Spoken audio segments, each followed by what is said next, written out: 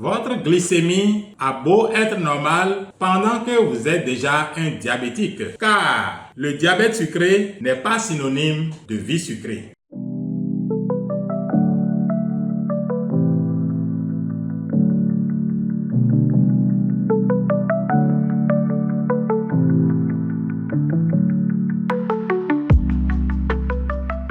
Bonjour chers abonnés, bienvenue sur cette émission de l'ONG Foyer Action dénommée La Voix du diabète. Aujourd'hui, nous vous entretenons sur un état appelé l'insulinorésistance en rapport avec le diabète de type 2. Qu'est-ce que l'insulinorésistance? C'est un état dans lequel les tissus comme le foie, les muscles, les tissus adipeux, le pancréas, l'intestin et même le cerveau deviennent de moins en moins sensibles à l'action de l'insuline. C'est comme si ces organes devenaient rebelles aux instructions données par l'insuline. Mais pour mieux appréhender ce concept, revenons sur quelques fonctions de l'insuline. L'insuline va aider le sucre à pénétrer le muscle pour faciliter l'exercice musculaire. L'insuline va également permettre au sucre d'entrer dans les tissus adipeux pour constituer des réserves énergétiques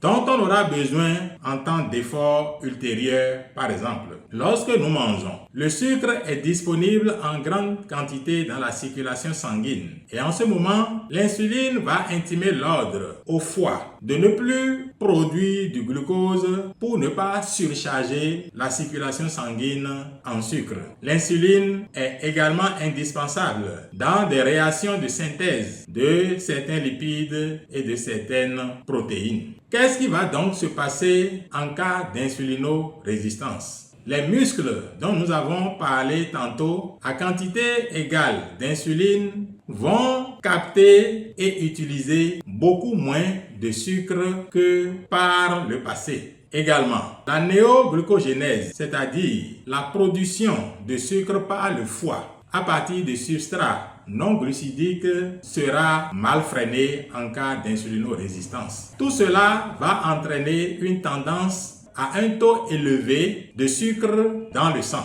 Le pancréas va donc se donner pour mission de travailler davantage afin de pouvoir abaisser ce taux de sucre. Ce faisant, le temps passant, le pancréas va se fatiguer et s'épuiser. Et ainsi, nous allons commencer par voir des stades préliminaires au diabète jusqu'au jour où le diabète de type 2 avéré va se manifester. Et il faut dire que ce processus peut prendre 10 jusqu'à 15 ans pour pouvoir laisser exprimer complètement le diabète de type 2. Concrètement, qu'est-ce que cela peut signifier pour nous? Tertullien, en parlant des fœtus, disait « Il est déjà un homme, celui qui le sera ». Si nous appliquons cette réalité au diabète, nous pouvons donc dire qu'il est déjà un diabétique de type 2, celui qui est appelé à l'être. Autrement dit, lorsque notre taux de sucre est encore normal, alors que nous sommes marqués par l'insulinorésistance,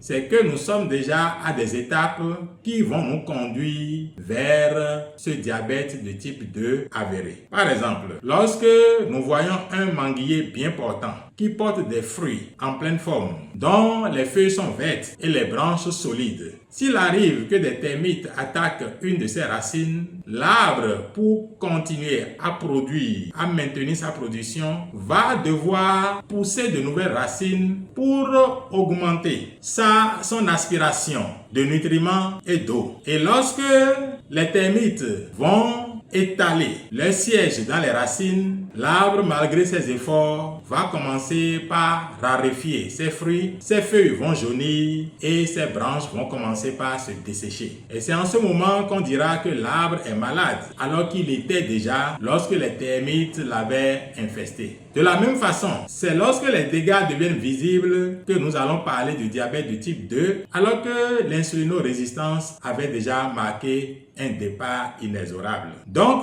notre glycémie a beau être normale et pourtant, nous sommes déjà en chemin pour un diabète de type 2. Comment faire pour reverser la situation? Vous le saurez en suivant notre prochaine émission, car le diabète sucré n'est pas synonyme de vie sucrée.